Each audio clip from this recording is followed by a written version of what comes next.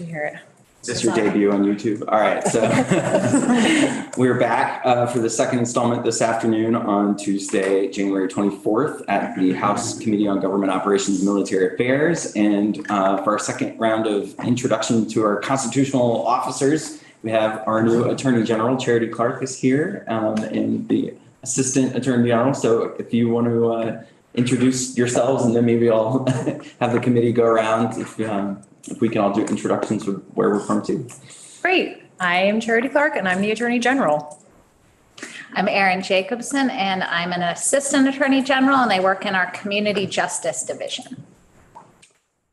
And I'm Mike Murwicki. I represent Putney and Dummerston down in the southeast part of Vermont, Wyndham County. Bob Hooper, part of the city of Burlington. Michael Morgan, Grand Isle County, and the western corner of Milton is my district. Representative Lisa Hango, Franklin 5, Berkshire, Richford, Franklin, and Highgate. I'm Lucy Boyden, I represent Cambridge and Lauderdale. Represented by Byron, Addison 3, which is 6 communities in Northwest Addison County. I'm Mike McCarthy. I represent 2/3 of the city of St. Albans, and I neglected when the treasurer was here to introduce our committee assistant, Andrea Hussey, who is a key part of our team here. So she'll be helping me out and reminding me of all of our logistical things and keeping me and the train on track. And Representative Higley is our ranking member. He had to step out for me, but he'll be back. Kate Nugent, South Burlington, Maida, Hampton's Old District mostly. Shay Waters Evans from Charlotte and a little bit of Heinsberg. Seth Trace, Colchester. And Representative Jay Hooper, I think, will be right back as well. And he represents, I know he's in Randolph and Braintree and a few other towns in there who he says very quickly and I can never remember. So great. Well, thank you so much for being with us and give us an overview. I'll just turn it over to you, Attorney General Clark, and take it away. Great. Well, it's really nice to be here. I admit that I did have a journey because I went to the old committee room and then I remembered, oh yeah, they're in room 11 now, but you're not, you're here. So I'm glad I found you.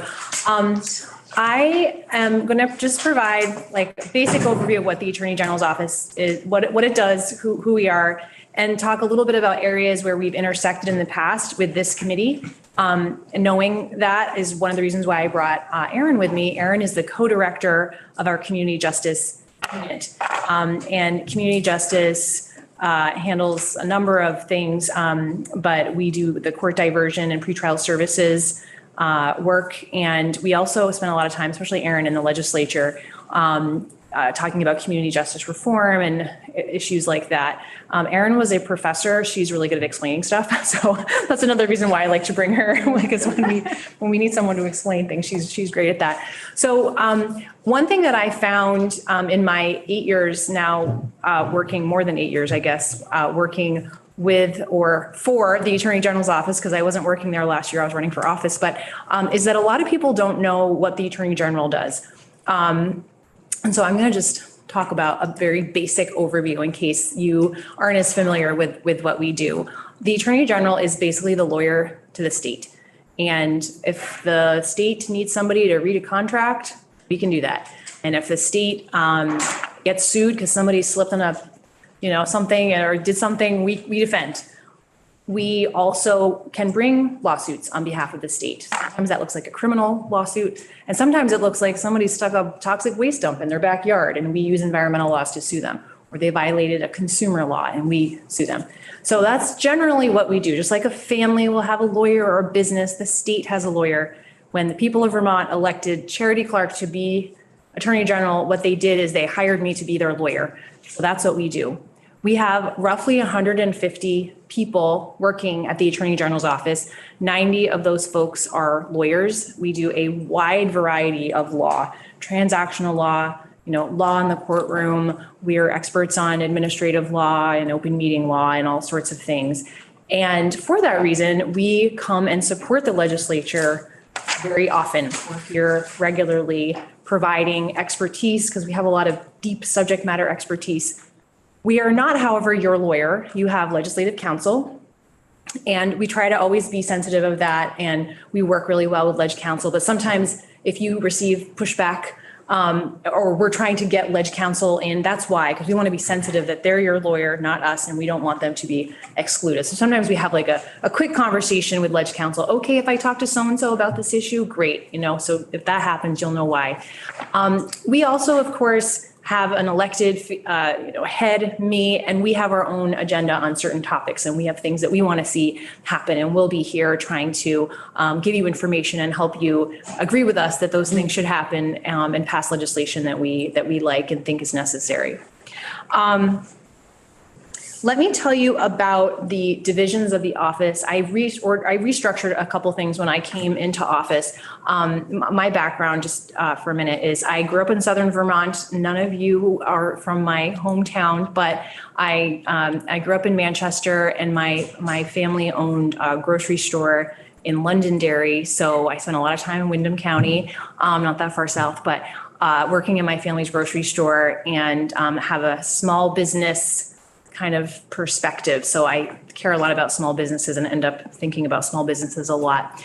I worked in private practice. I worked in the governor's office before law school. And then after law school, I worked in private practice, and I've worked in the attorney general's office since 2014. And I was a litigator, and I worked in our consumer unit doing a lot of consumer law. So that's kind of my background, but we are a much broader office than that. We have the General Counsel and Administrative Law Division, which is a group of lawyers who have client agencies. So the agency is our client. The Department of Taxes is our client, and we have a lawyer who services the tax department. Under that division would be Aaron's unit, the Community Justice Unit, Appellate, where we either handle the appeals or will help lawyers in other parts of government with appeals. In Vermont, we have our state courts. We just have two levels. So there's the trial court and the appeals court. There's not complicated, layers. There's just the one layer. And of course, they're right next door. And there's other division units within that division, but that's in a nutshell what they do. We have the civil division. The civil division is the unit the division that handles all the defense cases that we handle. So if the state gets sued, if someone in the state gets sued doing their job, we will defend. That's our obligation. We don't get to pick and choose the cases that we like and don't like. We just defend them all. And we also have the criminal division. Under the criminal division, we have the Medicaid fraud unit. And we do a lot of, it's not a unit per se, but we do a lot of work in that division with internet crimes against children, known colloquially as child pornography. Most of the cases that we bring in the criminal division are one kind of case. It's those cases, child pornography cases, which are now called child sexual abuse materials. And we have the investigative unit in our office. So it's a team of investigators and a dog. And the dog smells the off-gassing of computer storage equipment like thumb drives. And so when they are doing a search in a location where they believe there is, we call it CSAM, child sexual abuse material. If they can't find it, humans can't find it, they'll bring in the dog. His name is Mojo. I know it sounds like you guys all just meant like, what? It's true, he's a yellow lab and he is amazing. And if he smells an electronic storage device, he will just sit and patiently wait. And it's very common that they will not be able to, with human hands and ears and eyes, and be able to locate a device, but Mojo will be able to. So that's the investigative unit that we have for child sexual abuse materials. We also have the Environmental and Public Protection Division, which has our environmental unit working with ANR in addition to bringing our own cases. And then we have the consumer unit. The consumer unit generally works with one law, and that is the Consumer Protection Act, which is an incredible piece of legislation that we're grateful for. We use it to protect consumers, protect elders, protect those who can't access services or propane or whatever. We have a wide data privacy with a lot of ways we use that act. And then we have the Human Services division. The Human Services Division is located in Waterbury, and they service the, Department of Mental Health, Department of Corrections, and so on at AHS. And they do some sort of a similar, not structure, but kind of, yeah, it's analogous to the first division I mentioned, the General Counsel Administrative Law Division. So that is basically what we do. I know it sounds like, whoa, that is a wide variety. I want to highlight an area for you before I get too far away from the structure of our office. Let me tell you the leadership. There's basically 4 of us, I would say. It's me, the Attorney General, the Deputy Attorney General, Rob McDougall, who has been working in the office for like 20 years, so you might know Rob. Sarah London, who's also been working next door for a long time. She's the Chief Assistant Attorney General, and then the Chief of Staff, Lauren Yondel. So that's the leadership team at the AG's office. I want to drill down on one area, especially for the newer representatives who may have constituents with questions. Housed in the Attorney General's office, we have the Consumer Assistance Program. We call it CAP. And CAP is the office, when people say, oh, I'm going to call the Attorney General's office about some consumer issue, it's CAP they're calling. And they receive lots of calls, 5,000 scam reports every year. They make 15,000 contacts with consumers every year, but they also do a ton of referrals because they have a 1-800 number, which you should write down if you have constituent issues, 1-800-649-2424. And people will call and they don't have a consumer issue, but the CAP knows how to navigate state government. So if you ever have a concern, you're really not sure where to send your constituent, please feel free to call CAP. They are super helpful. And the program is I'm just going to say wicked cool because it is a partnership with UVM. So it's actually students who go to UVM who take a class called Consumer Law in Action, and they're the ones who are helping to answer the phone. So you might actually get a student, but they are excellent and do a great job. So I want to just give you that resource. Of course, feel free to email, Erin or someone in our office as well. But CAP they're really, really helpful with all that kind of stuff. So here are the issues. First of all, before I go on, any questions about the structure of the office, what we do, CAP? So let me just tell you, Matt, did you have a? No, okay. Oh, you're gesturing, okay. So here are a few issues where we have intersected or where I've appeared in this committee before. Public Records Act and open meeting law. I don't know if you have any desire to take those topics up this term. Yeah. Well, I will tell you that I am hearing that there are going to be some requests from the Secretary of State's office for us to do some housekeeping. Yes. There, I believe. So yep. I don't know that there's any particular policy that's coming from the legislature itself, but I think we're going to be asked by some of our partners to take up a few issues. It's been, I would say, 20 years since there's been amendments made to the Public Records Act, and a lot has happened with technology since then. And over the years, what's happened is the courts interpret that statute to be a certain thing. So you have to kind of follow what's going on in the courts to see what you need to be doing to comply with the Public Records Act. So that's one area. The open meeting law is another area that we are kind of experts in and have, I think, appeared in this committee before. The other thing that might come up is data privacy. We are experts in data privacy by way of the Consumer Protection Act and have advocated for stricter laws relating to data privacy usually it's in House Commerce. And Vermont's really a leader, not surprisingly, perhaps, with data privacy. I think in part because in Vermont, we really value our privacy and don't even realize it. But when you compare us to other states, we have a lot of ethos around privacy, which can be seen by, our recent enshrining reproductive freedom into the Constitution. That's a privacy issue as well. So data privacy is an area where we might appear in part because the state itself has a lot of data, and what we do with it is important and relevant, and we can provide some expertise and perspective on data privacy.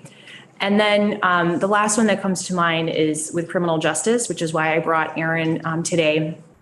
And I want to speak specifically about domestic violence issues, and that's because you'll be hearing from us on an issue related to domestic violence. Housed within the Attorney General's office is a commission called the Domestic Violence Fatality Review Commission, which was created by statute around 20 years ago, and is a commission made up of pretty much all the stakeholders you can think of that would care and work with domestic violence. And every year they review fatalities related to domestic violence. And it's not just, the traditional victim you picture. It could be a police officer who was coming to aid and was killed in the process of coming to aid. That could be the fatality. And they review all of the fatalities and then they come up with recommendations to give the legislature. And so that report came out last week, and we'll be coming to you and talking to you more about that. A couple of the recommendations relate to work this committee does. So we'll be coming in a more formal way, but that's a little bit of a heads up or a preview that we'll be coming in to talk to you about that. Looking at my notes to see if I forgot anything, and I think I pretty much covered what I wanted to say, but I'm also happy to answer questions or whatever you have. Representative Chase and then Representative Wicki. Does that group data on suicides as a result of domestic violence? I don't think so. It includes homicides, but that's a really interesting thing that I'm going to think about. Thank you. Representative. Thank you for coming in, both of you.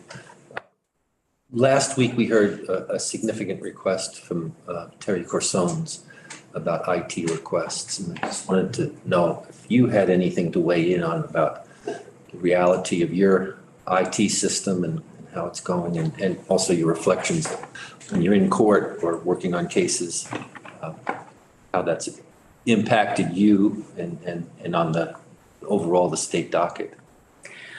Well, I would say, generally speaking, all of us who practice in the Vermont courts want things to move quickly and smoothly. And we also want to be supportive of the judiciary's efforts or even the Bar Association's efforts to get the judiciary the resources that they need to make sure that things move quickly so folks can access justice and there's not cases just stalling and languishing. We want to move things along. It's good for everybody, and it doesn't work as smoothly as it used to. And yes, it would be wonderful if things would work more smoothly. Representative Hickman. Thank you, Mr. Chair. I've got a question in regards to your CAP program. In particular, I know that last year during legislation, there was one additional person appointed to that division. Curious as to how you help mitigate consumer complaints. Is there an actual process to make sure that something can happen before it goes to either small claims courts or full-blown court? Sure. So the basic process, I should say at CAP, they have, I would say, sort of three main buckets. One is educating the students. It's a partnership with UVM, so that's always a focus. And two would be outreach and education to consumers. So that might be just making people aware of their rights regarding, I'm going to say propane, because I always think about propane in this year. The legislature passed really robust propane law. We have rules related to propane to make sure that if folks, I could go on about propane. Just trust me, it's pretty good and you should read it. And then the final bucket is what we call like our letter mediation program. It's very basic, and I'm going to just tell you what happens. A consumer will make a complaint. I bought this blender, it never worked, and they won't take it back at Walmart. They'll send us the complaint. We put a cover letter on top that literally says, has this, I call it the scary letterhead of the Attorney General's office. And it says like, hey, business, we got this complaint. It's attached. It's a form letter. We're not specific. Tell us what you think in 10 days. That's basically what it says. And then we send it to the business, and the business will respond. And they respond more than half the time. They don't always respond, and there's not a whole lot we can do, but they usually respond.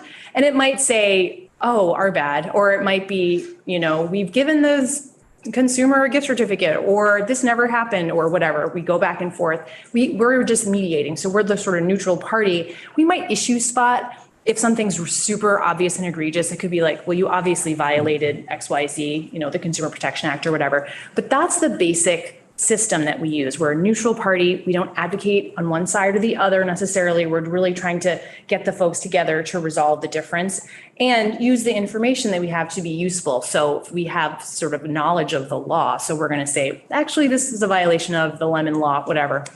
In terms of small claims court, If the parties are not able to resolve using the letter mediation system, we have what we call a small claims court kit. So if someone is bringing an action in small claims court, they can avail themselves of the resource of, draft papers and the process. I think we might even have some videos to support them to make it easier for a person who's bringing a claim in small claims court to bring the case without an attorney. And again, so that's just for the complainant, not for the person that's being complained? Oh, no, it's available on our website. Anyone could look at it. Yeah.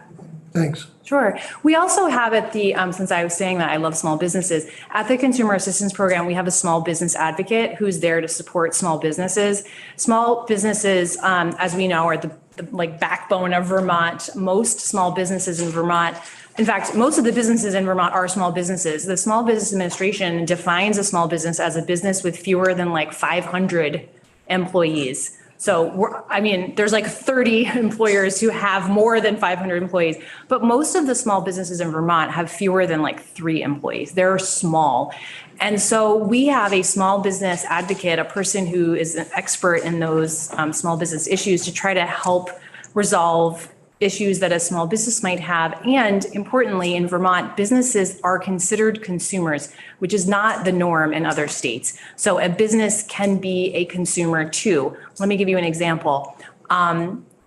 I use this example. Let's say I have an auto body shop and I do car repair and I have a little waiting room and I serve coffee to guests who are waiting, customers who are waiting in the waiting room. And I ordered my coffee from the coffee company and they sent me decaf instead of the high test I ordered. And I try to send it back and they say, no, Charity, you're stuck with it. We're not taking that back.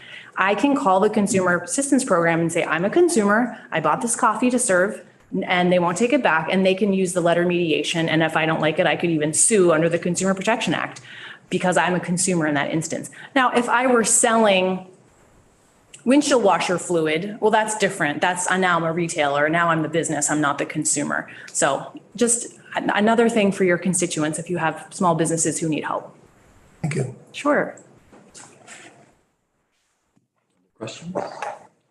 Really appreciate you squeezing this in. I know that your time is limited, and I did want to say I'm looking forward to having you back in to talk about the report when it's ready. Yes. I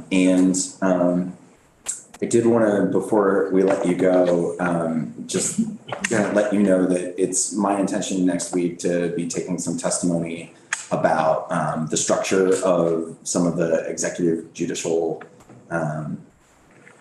offices that are in the Constitution, not yours, but specifically a little bit more about sheriffs. Okay.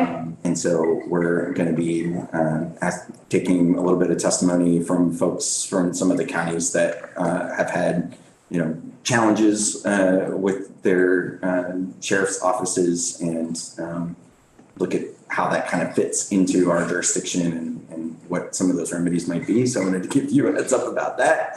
I don't know if you have any closing comments for us about sort of criminal justice reform or sort of the sort of where you see law enforcement and those things that do fall into our jurisdiction. We aren't in government operations, our role is to look at how the structure of the government works at the state, local, municipal, regional levels. And where we're talking about the administration of law enforcement, there's also in the wheelhouse. Yeah. I would close by, first of all, thanking you for inviting me in. It's great to just have an opportunity to give you a foundational knowledge of what we do. And also to say that I think you have a classic committee that is not necessarily the most, doesn't seem like it's the most flashy, sexy, amazing committee, but we're doing the structural stuff. And I see that so well because so much of most of what my office does is that kind of thing. We're supporting the state government in their work. And some of it sounds very basic and it's not the kind of thing you see lawyers doing in the movies, but it's really important. And so I see that in you and I applaud you for the work that you are doing. And it's really important, especially with criminal justice reform, the structures, we should be evaluating how we're doing things and making sure that things are working well and that they're working in a way that reflects our values in Vermont. Representative Hooper. Hi, thanks for coming. You just touched upon criminal justice reform, and I read something today that all of a sudden meshed. When COVID hit and the courts essentially closed down, what happened to the people that were lodged on cash bail that couldn't make it for those 2 years? I don't know. I was chief of staff at that time, but I can't. I would have to look that up unless, Erin, you happen to know. I don't know with specificity off the top of my head, but I know constitutionally someone cannot be held just indefinitely. And so I know there was litigation and challenges by defense attorneys to release people when there was no end in sight to their detention. Okay. We, Representative Hooper, we did hear that there were some blanket decisions made by some of the judges to just say that some of these cases have been around too long and that they just are basically just dismissed cases. Corpus became a plural. Well, I think we should ask some questions on the record about that, maybe from folks from the judiciary. So if we're interested in that, we may want to have those folks back in. We're getting a little outside of our normal Gov.Ops jurisdiction with those questions, but just in terms of who's making those decisions and how that justice is administered, I think would be important questions to get answers to. That we can definitely revisit that. On the open meeting, before we let you go, I'm really looking forward to having you back later in the session. Senator Hardy and I both made a big commitment when we did the temporary reauthorizations of the remote meeting authority and town meeting day flexibility stuff, especially on the open meeting law pieces that you mentioned before. Hope we can use you as a partner in developing best practices and thinking about the future of open meetings in our electronic age, because I think we have some more permanent work that we need to do beyond just these temporary extensions. So that's another area where we'll work with your office, hopefully. Yeah, happy to help and be here. Great. Well, thank you for coming today. I really, really appreciate it. And we're looking forward to seeing you in the next couple of days as you roll out the report. I think that's happening tomorrow. Yes, tomorrow. It'll be good. Then hopefully we'll be back. So great to see you all. Thanks for having us. Thank you. Is that a cartridge pen or a fountain pen? This is a fountain pen. Yeah. I have a small collection, a growing collection. Okay. Is getting into my limited budget now because I'm quite interested in fountain pens. Did you want me to say anything about the community justice unit? Are you out of time? We are not out of time. Okay. I knew the Attorney General had to leave, so we would be really happy to take a few minutes to hear that, and then we'll switch gears and start talking about our budget adjustment memo for next door. It's totally different. Yeah. Great. Well, then, thank you, because I really welcome the opportunity to be here and meet all of you. And I don't know how often we will intersect, but the mission of the Community Justice Unit is to seek to improve equity, public safety, and fairness in all aspects of the criminal justice system. And so I know that, as you were just discussing, your committee also has jurisdiction over some public safety issues. And so I thought I would just kind of talk about that specific area where I also intersect with others looking at those same issues, and the excitement around systems and structures, which I can nerd out on all day long. So I think it's sexy. But so in terms of my specific work on public safety issues, and I'm sure I'll forget something, but I jotted down a quick list. One thing is that my office's designee to the Vermont Criminal Justice Council, and that council's fair and impartial policing subcommittee. And so actually just this morning's CJC meeting, we were hearing about from Interim Director Brickell about the bill regarding the sheriffs and the system around sheriffs in Vermont and some of the concerns. And so yes, we are thinking about that.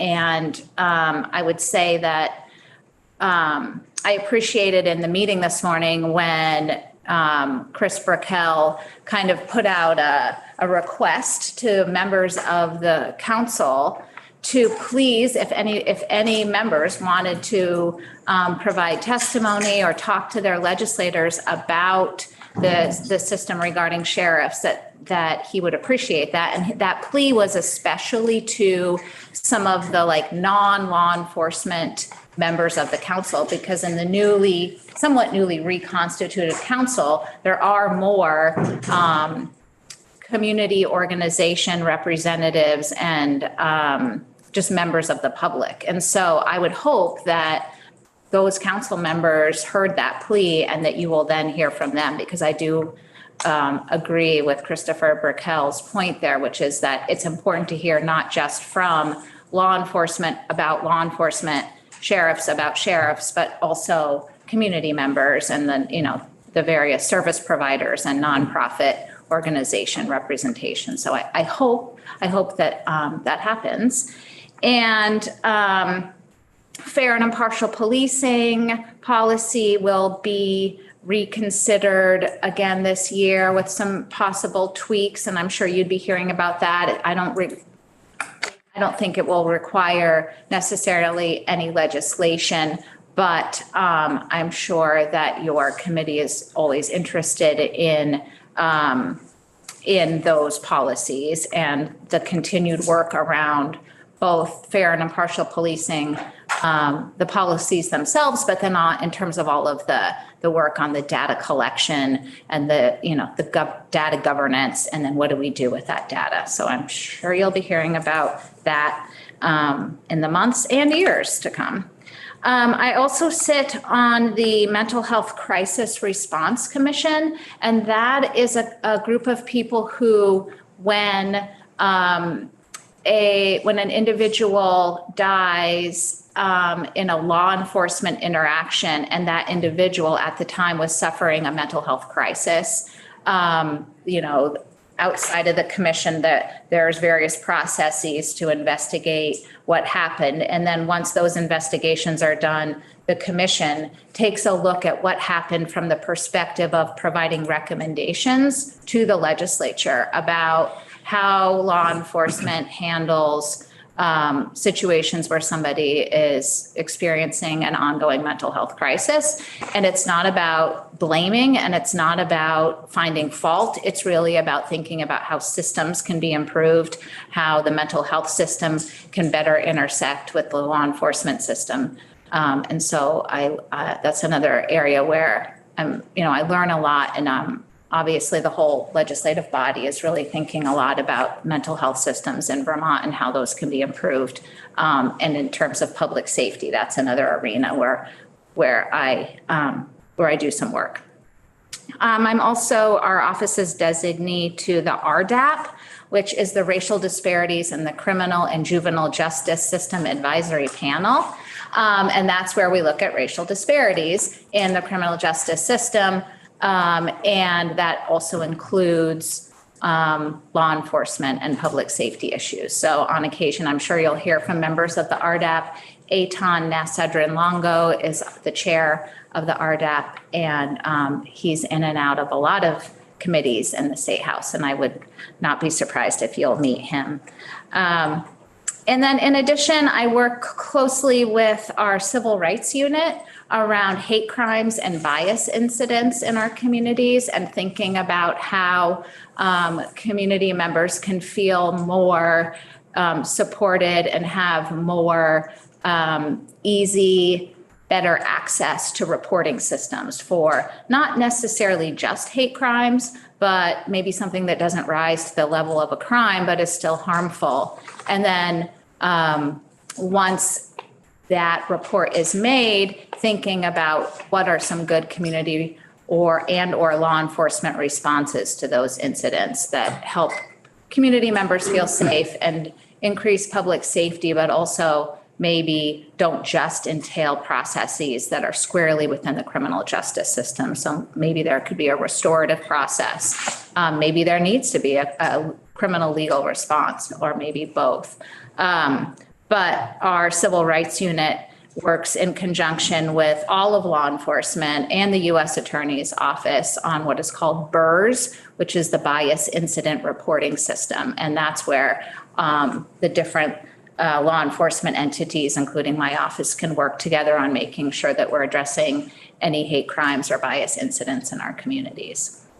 And then we're talking about court backlogs. That's, of course, a huge issue that everyone is thinking about from different perspectives, including public safety. And in my community justice unit, we're thinking a lot about if there are any ways that community harms or conflicts can be handled outside of the criminal legal system or diverted entirely from the criminal legal system. And there's a bill, I think there's the House Judiciary is hearing testimony on it right now that would even allow domestic violence and sexual violence cases to potentially go to community justice centers for resolution, but also for treatment and programming for the offender. And there's all kinds of guardrails and conditions that would be required first. But that's another area where, our office's priorities around addressing domestic and sexual violence intersects specifically with my interest in thinking about community-based or restorative responses to some of these persistent problems. I'm sure I'm missing some other things. I'm very grateful for your interest in thinking about open meeting laws and how to move forward with remote access. In my work on the RDAP, I haven't had to do this too many times, but a couple of times I had to drive down to Hartford, Vermont, and I live in Burlington, and sit in a room in the town hall in Hartford while the meeting also took place online, but we had to have that, geographic physical location. But no one showed up at the geographic physical location except me, and everyone else was just on the meeting remotely. And so it was kind of a funny, we had to do that to make sure we were meeting open meeting laws. But it is interesting how I think that the remote option has increased public participation and the ability for people to go to the meetings of public bodies and, not necessarily have to worry about driving there, picking their kids up on time or leaving early and to do dinner. And so I think there's some really interesting questions around public participation and how we move forward on with open meeting laws. I don't know if I'll be the person testifying on that, but it is an issue I care a lot about in terms of community participation in our public deliberations. So appreciate your interest in that. Yeah, I think there's going to be a conversation over the course of the next few weeks that will feather in. Still talking with the Senate about sort of who wants to go first on that. Senator Hardy and I at Senate Government Operations made a commitment that we would really delve a little deeper into the best way to have those meetings. And to your point, we don't need a physical location for all meetings that are happening remotely, but then there were questions about equity of access and what happens when you don't have a physical location, what are we giving up? And I think there's a big can of worms there that we're going to dump out onto the table and have a big public conversation about before we make any kind of permanent changes beyond the bill that we just passed. Yeah, lots of interesting questions about democracy and participation and equity. So excited to listen in on those and contribute as I can. Yeah, maybe we'll have you back for that. Any other questions about restorative justice, about any of the other work of the AG's office that Aaron covers? I have one, which is I've been a longtime volunteer at our Restorative Justice Center, which has grown in its programming exponentially in the 15 plus years I think it's been in St. Albans. So, it's now doing court diversion and circles of support and accountability and offender reentry one stop and a whole bunch of other stuff, including the original restorative panels, which was the first program, right? And I'm wondering how the Attorney General's office kind of interacts with the local or regional restorative justice centers. Yeah, thanks. And that's exciting that you volunteer there. I still have to fill out my volunteer form for the Burlington CJC, which I keep meaning to do. But so our office oversees all of the court diversion and pretrial services programs in the state of Vermont. And specifically, that's Willa Farrell, who also works alongside me in the criminal community justice unit. And so in some communities, the court diversion and pretrial services programming is in the same or like nonprofit organization as the COSA, the circles of support and accountability, or then maybe there's some other kinds of pre-charge programming that's available that my office doesn't necessarily oversee or fund. But then in other communities, court diversion and pretrial services might just be in a separate place from some of the other restorative justice programming. And so it's a little bit of a mishmash around the state. And that's a big question that some other committees are kind of looking at and thinking about in terms of maybe streamlining, maybe that doesn't need to happen, making sure that there's good, consistent, fair referrals for programs like court diversion, so there's not geographic injustice. But specifically as to my office, right now, we just oversee the court diversion and pretrial services programs. And a lot of those other programs, I think they're under Department of Corrections, which we may want to learn about if we delve into any of that part of our sort of public safety.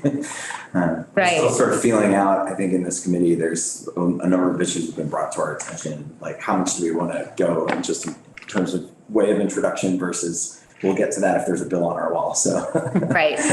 I'm open to feedback from the committee and from partners about if there are things that we haven't like looked at and given the committee at least a little bit of an education and introduction to. But this is really helpful to have you here today. Well, thank you for having me. It's really nice to meet all of you and see your faces in person. So I appreciate it.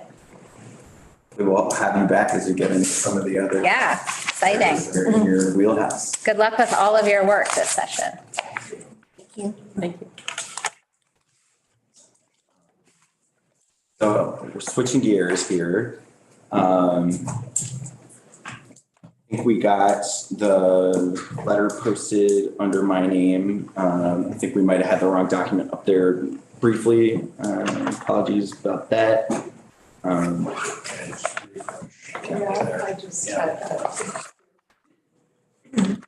Thank you. Those are new replacements. I was looking at documents from last session and now the legislative website does not want to let me come back to the future.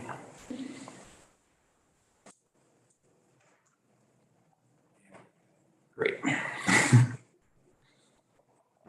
To Andrea and Legislative Council for helping me out and getting my scribbling onto letterhead.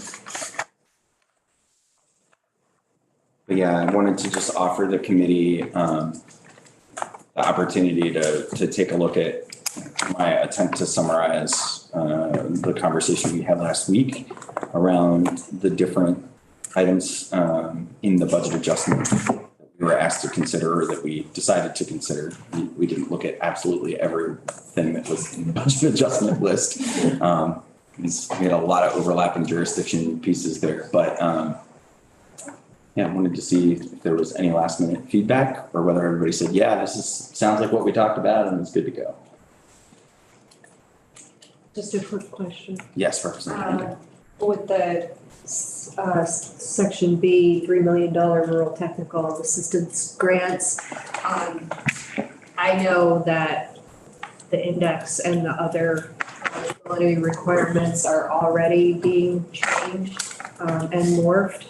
So if they are to the Appropriations Committee's satisfaction, does this serve as saying, yes, we're a go with this? This committee is a go with it? Yeah, I think our role here is to say we really support the concepts policy-wise, and they I believe, have some folks who are really delving in with the administration about that. So I'm kind of ready to say thumbs up. Okay. Go figure out whether it's appropriate to appropriate the money in the BAA or whether we can hold the money. And there have been conversations back and forth. And I don't know if anybody else has weighed in on that. No, just to let folks know at our legislative breakfast yesterday, Representative Marcotte, Chair of Commerce, said that they're going to be digging into that today as well, as far as what those provisions are around who's going to administer it, help out, that sort of stuff. So I think we're a voice of like, yeah, this sounds good, but there are details being discussed in at least 2 other committees. OSAG also heard the same. There's a lot of interest in helping our smaller rural communities get help getting federal and state grant dollars that are out there.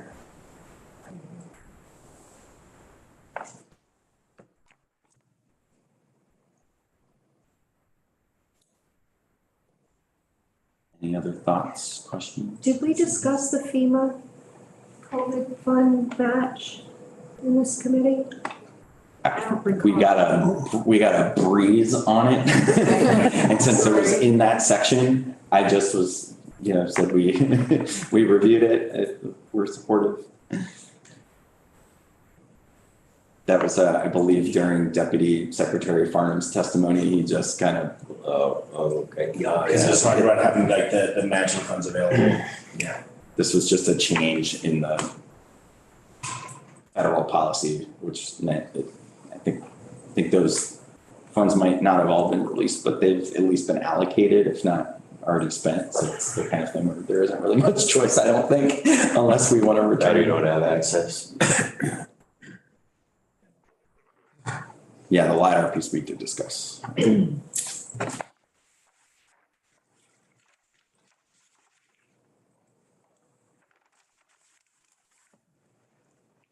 So this is open, so if folks want to chime in, we don't have to be as formal as we are when we have witnesses. I was noticing it would be under the judiciary ID proposal. I don't see it there, but my understanding from JFO's IT division is they're looking for that independent review. Yeah, so what I wrote was in the second sentence that there's still an independent report due evaluating network and unanswered questions. And then I went on to say the proposal has 4 components. The big one, the court administrator said it would save money, it's worth considering. We support this concept. And then we support expediting the 3 things that are obvious, kind of infrastructure needs. But that the bigger thing of doing the full network replacement, there are some unanswered questions that they may want to consider including in the BAA, but I kind of intentionally was vague about whether we said, yeah, we should move forward with that. But Representative Chase. Just a little additional info for the committee. Sounds like the judiciary is moving forward with the independent review within their existing budget. So they're not going to appropriate, it's like a 25 grand for a review. And it sounds like they've got that budgeted in the current fiscal year or whatever. So they're still moving forward with that. So we should have more information when the budget request comes out for the big budget.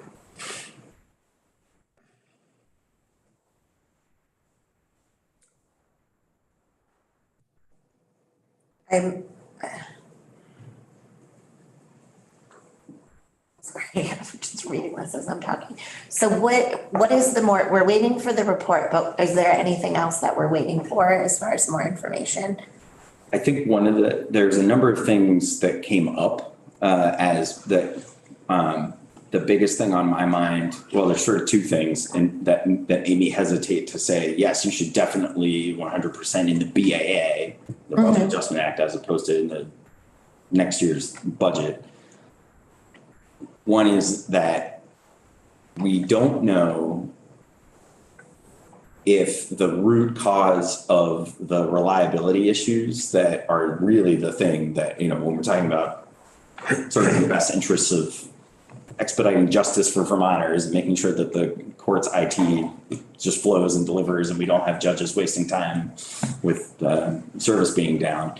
That we don't know if the network replacement right now is going to solve all those traffic problems. That was kind of a key fundamental thing that we needed to resolve. And then the second piece was, is it possible really, if the legislature said in BAA, which won't be law for at least a few more weeks, is it really possible to purchase the services and implement them in this fiscal year? And the answer to that most likely is no.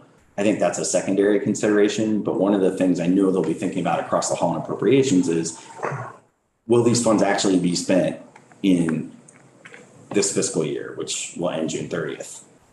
And, you know, I'm in major projects in my day job. I know that anything that I sort of say, yeah, I want to purchase that and I want to move forward with that project today, is definitely not going to happen before June 30th, almost certainly. So it's that timing of the sort of appropriateness of booking these dollars and this change for right now. That's not really our purview, but that's one of the considerations I had, knowing what the rules of the road are across the hall in the appropriations committee about which fiscal year things fall in. So my top line sentiment that I got from our conversation last week that I tried to capture here was, we support the proposal. I think that's the biggest thing that they're going to do. And then the details of sort of the timing and whether we have all the information we need to completely thoroughly evaluate the dollar amount and whether it will solve the issues. There's still a couple more pieces that we will probably want to hear once we get that report. And that might mean that they can hear that in time for budget adjustment, but they made today the deadline for this memo. So I just wanted to communicate candidly to them. We still think there are a few things coming. This report is going to happen. You know, we think this is the direction to go in, but up to you over across the hall and the budget committee to figure out exactly when the dollars should be approved. The impression I got is the difference between BAA and big budget is that as far as timeline goes would be negligible as far as when the funds could actually be deployed and be used. And they can still keep working on the project with the necessary steps that are time sensitive in the meantime, either way. Is the priority being getting these cases heard and helping people as soon as possible? So whichever budget it falls in doesn't really matter. In that sense, is what you're saying. That's what I'm hearing. Yeah. All right. Yeah. And so if that's the case, I can tell you, if what Representative Chase says is the same, if they have the same opinion across the hall, they're definitely going to put this in the next budget, not in BAA, because they do not like to make changes or do new policy in budget adjustment. That's the big framework that we use here. Unless something really needs to be expedited mid-year, we really try not to do anything new in terms of policy in the BAA. We leave those bigger decisions for the budget, because that's where we really spend our time in the appropriations committees and us as the policy committees informing the creation of the next year's budget. Whereas the BA is supposed to just be a mid-year course correction as opposed to really doing anything new. I'd just like to say, I hope that the court sound system replacement for $500,000 is a whole lot better than what we've ended up with up on the floor. Seems a lot better recently. Working out the kinks. So Well, for the money and the time, we should have the kinks worked out up there, but in my mind. So they sent, they had a team in from the vendor last week, and it seemed a lot better after that team came in and did some calibration. Mm-hmm. I think we're heading in the right direction anyway. Isn't there, my understanding though too was, out of that speaker that's on the box on your, isn't there supposed to be sound coming out of that as well eventually? Like a small amount of it, yeah. So Okay, because I think that would, you can't hear other people's, but like if you're staying close to you. okay, good, that would help too. So anyway. All right, so we may want to have somebody send a memo to our committee from the institutions committee about making sure that our mic's out on the floor. So you can hear our mic out on the floor, sorry. Any other thoughts, comments, questions, desires for an edit before I send this thing over across the hall? This won't be the last word on BAA. This is just kind of our expressing the sentiments. I think we will have further conversations with our colleagues over there. We have already been talking about having certain folks on the committee be a liaison to the appropriations committee members that have certain parts of our vast jurisdiction that they cover in their budget. I think we'll try to put together an actual written list that Representative Byron and I made some progress and then got busy last time around, last week, but I think we'll try to make that a little more formal. 80%. Yeah. It's part of it was just figuring out where are there things where we're very unlikely to have a lot of conversation with them, where we could sort of lump things together, where there's, I think Representative Shai has an enormous number of the things that we have, but it's mostly stuff that I don't think we'd have a lot to weigh in on. Well, it's like everything from like the agency of administration to like libraries. You know, so yeah, like one bucket, that's a big conversation. Well, and in 1 year, many of the things will have very little going on, and then in another year, an area that like libraries, if we end up going the direction of all of the recording, for instance, the storage of all of this digital recording of our proceedings is something that we talked about on rules, and those conversations may come into here in terms of like, how are we thinking about the storage of public records and the future of all of these electronic meetings, and what are the requirements for us to store these? Are they forever? How accessible do they need to be, and through what kinds of websites? We're in a brave new world here, and that stuff is going to come here. So we can. Libraries. Yep. So excited. Yes. I actually I'm into it. Yeah, I'm glad you are. It is kind of It's like a thought after the thoughts, right? You're like, let's do this, you get it set up, and then you're like, there's this ripple effect that we have to capture and like govern now. Well, to get a framework, go back into committee, 2 years when the state police came in and asked for money to create a archive for their body camera footage.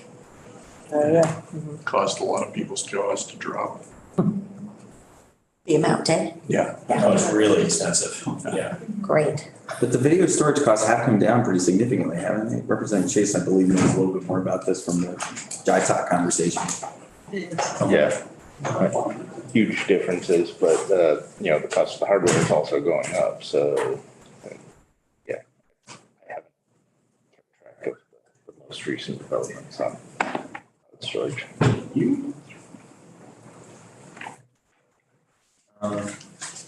All right, well, my plan is then to send this letter off as drafted. Thank you so much for the thoughtful conversation last week. I was just trying to be extra careful in this first official memo that I'm sending as the chair out. And so I really appreciate everybody bearing with me on this BAA piece.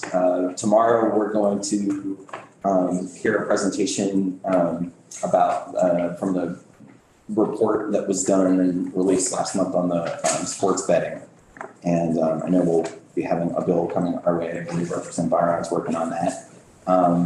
It may be, I've been holding some time on Thursday to try to lay some groundwork for some of the things that I wanted to bring to you all that are coming from the Secretary of State's office, and a few ideas that I've been putting together with Legislative Council for a potential committee bill on elections. Those couple of things will be a part of our work. And then I had mentioned that next week we're trying to figure out the logistics, probably for Wednesday morning, of doing a joint meeting of our committee and the House Judiciary Committee to hear about sort of the state of sheriff's offices and get an overview of what does the Constitution say about those executive judicial officers, and what role does the legislature have to play when things maybe aren't going as well as we would like in some of those offices. Yes, Representative Hango. Does it make sense? I don't even know when actually they meet, that Senate Gov.Ops also is part of that joint hearing because they're dealing with an actual bill that has to do with sheriffs. They have a bill that I think has some of the components and I think the choice that I'm making is to specifically focus initially on what are some of the challenges that we have right now and what are the tools, if any, that the legislature has so that we have a foundation. You and I both heard at our legislative breakfast yesterday. What do you think of it? That there are some folks who are saying we must act now. And I think all of us tried to say, well, we have some concerns and we also, took an oath to the Constitution of the state of Vermont and we are limited in what our options are when, there are members of the public who aren't thrilled with the behavior and some of the challenges that we have in some of our sheriff's offices. And I think all you need to do is read some of the statewide press over the last couple of years. And there have been some challenges in many of our counties with some things that have happened with the sheriff's offices. So I at least want to start from a place of having some common understanding. We will be doing some work with the Senate, but I think this particular thing will be kind of just on the House side. Because that starts in the House, is that? Well, so I want to be really careful. I am not particularly, I want all of us, if we have to go down any kind of a road with any of the sheriff's offices, and there are a couple of them that have some pretty major issues that are becoming public. If we had to go down a road where the legislature needed to continue what I would consider to be like the nuclear option of having to develop articles of impeachment, I just want everybody on this committee and in judiciary to have a grounding sense of what is the history of this, what is our role, what does the Constitution and statutes say about it.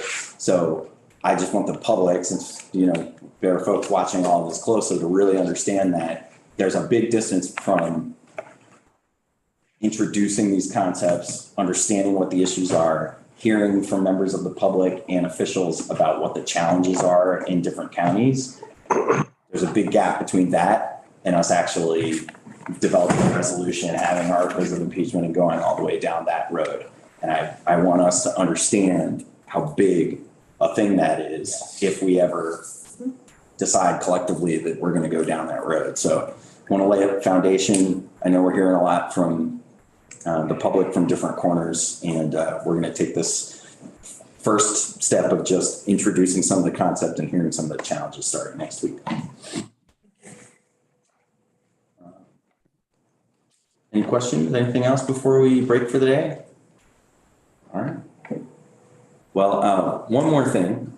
I will be looking at, I'm trying to group some of the bills that are on our wall and giving a little more time, probably later this week, if we can fit some of them in, depending on how my election scheduling comes together on Thursday. But weaving in a couple more introductions of bills up on our wall because they're starting to stack up. That's very common for government operations for that to happen. So we'll do some more brief introductions of bills that are on the wall, and some of them we'll group together or hold for when we're doing specifically like liquor and lottery stuff. We may do a bunch of those together and push those, and I'll let the folks introducing those bills know that their time will come and we're not skipping them out of any disrespect. Representative Hooper? Ag member was happy today because they got assigned their second bill. But then again, we've got nothing. And then, so yeah, we got those. Something to do. Yeah, that didn't look like a lot of. Maybe we can. 65. Subcontract. Do you just get more bulletin boards, or what do you do? Yes. There is another bulletin board. Yep. Yep. We're gonna. I think everybody's trying to. I haven't heard as much from the speaker's office as I did last biennium about the overwhelming number of drafting requests.